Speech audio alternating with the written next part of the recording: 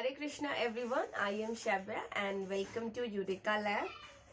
आज मैं बिहार से रिलेटेड कुछ करंट अफेयर्स बताऊंगी जो कि बहुत ही ज़्यादा इम्पोर्टेंट है। आप किसी भी कॉम्पिटिटिव एग्जाम के लिए अगर आप इसको पढ़ कर जाएंगे तो बहुत ही हेल्पफुल होगा। ऑफ कोर्स बिहार से रिलेटेड जिस एग्जामिनेशंस में क्वेश्चंस पूछे जाते हैं रिगार्डिंग करंट अफेयर, उसके लिए काफ़ी हेल्पफुल होगा। तो देखिए, बिहार एट नेशनल लेवल मतलब कि बिहार का जो छवि है, Bihar as a state national level पे किस टाइप का अवार्ड्स लिया है या स्कीम्स वगैरह इन्होंने लॉन्च किया है, उसके बारे में पढ़ेंगे। तो पहला है कि नेशनल लेवल मतलब कि इंडिया में पहली बार हो रहा है अर्थक्वेक क्लिनिक। ये पहली बार कहाँ पे ओपन हो रहा है? बिहार में हो रहा है। अर्थक्वेक जो भूकंप वगैरह आ जाता है उसके लिए क्लिनिक। और ये आपको पता है इस क्लिनिक में क्या होगा? इस क्लिनिक पे आप जाओगे, वहां पे आपको बताया जाएगा कि अगर आप घर बनवाना चाहते हैं, ऑफिस बनवाना चाहते हैं, किसी भी टाइप का कंस्ट्रक्शन चाहते हैं, तो वो आपसे पूछेगा। फिर क्या होगा कि वो आपको बताएगा डिटेल्स में कि ये एरिया प्रोन है या फिर घर आपको ऐसे बनवाना चाहिए, इसका ख्याल रखना चाहिए ताकि आप क्या हो सके, आपका घर ज्यादा से ज्यादा सुरक्षित हो सके अर्थक्वेक के टाइम में। ठीक है, तो ये कहाँ पे? बिहार में फर्स्ट टाइम बिहार में ऐसा हो रहा है। World longest river cruise that pass मतलब कि क्या हो गया कि वर्ल्ड का लॉन्गेस्ट रिवर क्रूज मतलब आपको पता है पानी में बहुत बड़ा बड़ा जहाज चलता है ना, और क्रूज वैसा हो गया जिसमें कम से कम बहुत सारे मंजिल्स होते हैं, लाइटनिंग होता है, और क्या होता है पैसेंजर्स उसमें क्या करते हैं, आप उसको ऐसा ट्रेवल कर सकते हैं, आप उसमें घूम सकते हैं उस क्रूज में। शिप की तरह ही होता है, टाइटेनिक शिप की तरह तो नहीं होगा, बट सॉर्ट ऑफ आप कह सकते हैं, उसका छोटा वाला फॉर्म जरूर होगा ये। और उसमें क्या कर सकते हैं, आप एक्सप्लोर कर सकते हैं, उस पर आप बुकिंग करा के आप घूम सकते हैं। तो उसके लिए ये वर्ल्ड लॉन्गेस्ट रिवर क्रूज। तो ये क्या हुआ है कि बहुत सारे रिवर को मतलब बहुत सारी जगह को कवर करते हुए आया है और बिहार में भी आया है। तो बिहार में ये कहाँ पे पास किया है? बिहार में कहाँ पे आया है? तो एमवी गंगा विलास। और जो इस क्रूज का नाम जो है वो है एमवी गंगा विलास। नेक्स्ट देखेंगे, India first one health lab मतलब ये इंडिया का पहला हेल्थ लैब बनाया गया है। और ये कहाँ बनाया गया है? मुजफ्फरपुर। आपको पता है मुजफ्फरपुर लीची के लिए काफी फेमस है, जीआई टैग भी मिला हुआ है शाही लीची को। अगर आप मुजफ्फरपुर से है तो बताएं कि आप लीची कितना पसंद करते हैं खाना। Fourth number, India first road map on menstrual hygiene मतलब कि एक रोड मैप मतलब एक मैप तैयार किया गया है फॉर मेंस्ट्रुअल हाइजीन के लिए, वुमेन्स और गर्ल्स के लिए क्या किया गया है? रोड मैप तैयार किया गया है। ये कहाँ स्टार्ट हुआ है पहली बार? तो ये भी पहली बार बिहार में ही स्टार्ट हुआ है। First women cyclist to travel by bicycle on the world's highest road मतलब कि फर्स्ट वुमेन साइकिलिस्ट है, इंडिया की पहली वुमेन साइकिलिस्ट है जो बाइसिकल मतलब साइकिल से क्या कर रही है, वर्ल्ड हाईएस्ट रोड पे गई है, जिसका रोड का नाम है उमलिंगला। और इनका नाम क्या है जिन्होंने ये कवर किया है? तो उनका नाम है सविता महतो। और वो कहाँ से? बिहार से। क्योंकि बिहार का ही रिलेटेड है तो सारे जितने भी यहाँ पे पर्सन्स होंगे या जो भी इंसिडेंट हुआ होगा वो सब बिहार से ही रिलेटेड होगा। तो Savita Mahato and she is from Bihar. और नेक्स्ट आपको अगर आप ये बताएं कि आपने बचपन में साइकिल चलाया है या नहीं चलाया है, और चलाया है तो कितनी बार गिरे हैं, सर्वर फूटा उटा है या नहीं। मैंने तो बहुत चलाया है और मैं बहुत बार गिरी हूँ, लेकिन बहुत मजा आता है साइकिल चलाने में। Maximum participation of women in police. हाँ, ये बात आपको पता, मैं बता दूं कि जो maximum participation of women in police मतलब महिलाओं का सबसे ज्यादा भागीदारी अगर किसी डिपार्टमेंट में हुआ है बिहार में तो वो है पुलिस। और ये बिहार में तो हुआ ही है, ये ओवरऑल इंडिया में मतलब इंडिया में अगर किसी स्टेट में जो सबसे ज्यादा महिला पुलिसकर्मी अगर कहीं है तो वो है अपने बिहार में है। ठीक है, तो ये तो बहुत प्राउड मोमेंट है, बिहार में सबसे ज्यादा महिला पुलिस ऑफिसर्स। ठीक है, eastern India largest Pepsi bottling plant. Eastern India मतलब कि ईस्टर्न मतलब सबसे लास्ट में ईस्टर्न है। India largest Pepsi bottling plant ये कहाँ खुला है? तो ये खुला है बरौनी, जो कि बेगूसराय में है। India first rhino breeding and conservation centre. Rhino तो एनिमल होता है, वन हॉर्न राइनो आप जानते ही होंगे, उसके एक सिंग होते हैं बीच में यूं। तो क्या खोला गया है? राइनो ब्रीडिंग खोला गया है और कंजर्वेशन सेंटर खोला गया है। और ये खोला गया है संजय गांधी उद्यान, जो कि संजय गांधी पार्क ये कहाँ है? पटना में है।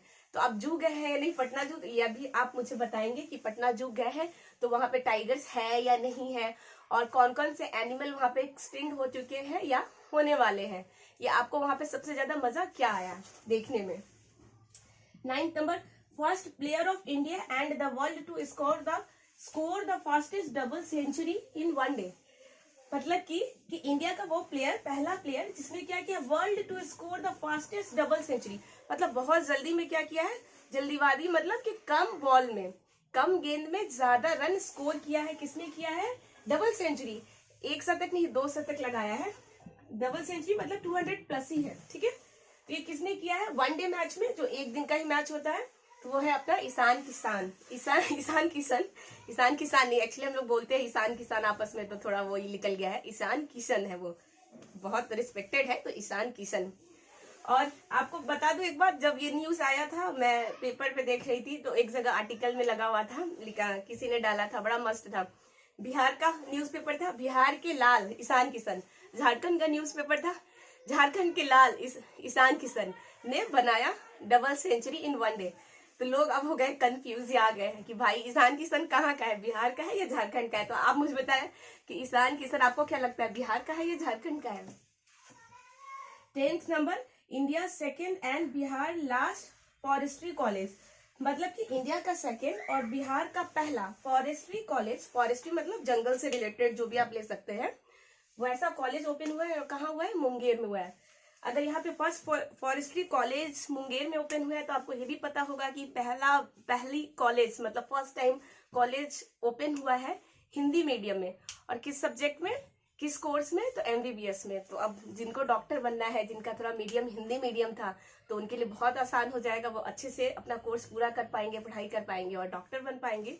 तो वो कहाँ खुला है? मध्य प्रदेश में, MP में खुला है पहला medical college in Hindi. 11th number, India first Buddhist stupa made only of stones. मतलब इंडिया का पहला बुद्धिस्ट स्तूपा जो कि सिंगल स्टोन से बना है, ओनली स्टोन, मतलब कि स्टोन पत्थरों के हेल्प से ही बना है। और वो कहाँ खुला है? तो वैशाली। आपको पता ही है वैशाली तो फेमस है बुद्धिस्ट कल्चर के लिए, बुद्धिस्ट मॉन्क के लिए, तो ऑफ कोर्स वहीं पे होगा वो, वैशाली। नेक्स्ट क्या है? India first dairy in India to get CAS। India का पहला जिसको मिला है CAS। CAS का मतलब क्या होता है? कॉन्फॉर्मिटी असेसमेंट स्कीम। ये एक स्कीम होता है जिसको क्या होता है, स्कीम मतलब ये एक, आप कह सकते हैं कि एक लेवल होता है जिसको क्रॉस करना होता है, जिसको पूरा करना होता है, उसके बाद ही ये मिलता है CAS का टैग। डेयरी के फील्ड में, डेयरी मतलब दूध उत्पाद में या दूध का प्रोडक्शन कर रहे हैं, डिस्ट्रीब्यूशन कर रहे हैं, उस फील्ड में मिलता है। तो ये किसको मिला है? ये वाला मार्क मिला है नालंदा डेयरी को। और एक चीज और, जब ये डेयरी आप यहाँ पे देख रहे होंगे, डेयरी लिखा हुआ है, तो मेरे साथ तो हमेशा अभी भी हो जाता है खैर, कि मुझे डेयरी और डायरी में बड़ा कंफ्यूजन होता है। मैं कभी भी जाती हूँ दुकानदार के पास, तो पहले सोच लेती हूँ, मन में 2 मिनट थोड़ा पॉज होती हूँ, फिर सोचती हूँ मुझे डेयरी बोलना है या डायरी बोलना है, मुझे डायरी चाहिए या डेयरी चाहिए, दूध चाहिए, डेयरी मिल्क चाहिए या डायरी चाहिए। कभी एक बार ऐसा हुआ था कि मैंने बोला था मुझे डेयरी चाहिए, उन्होंने डायरी निकाल दिया। कभी डायरी चाहिए तो डेयरी मिल्क दे दिया। तो क्या आपके साथ भी ऐसा होता है? और लास्ट क्या है? Countries longest rubber dam. Country का है ये, कंट्री का लॉन्गेस्ट रबर डैम कहाँ बना है? तो ये बना है गया में, जिसका नाम है गयाजी डैम है, रबर से बना हुआ है। और किस रिवर के ऊपर है? तो फाल्गु रिवर के ऊपर है। और ये कितने मीटर का है? तो 411 मीटर का है ये।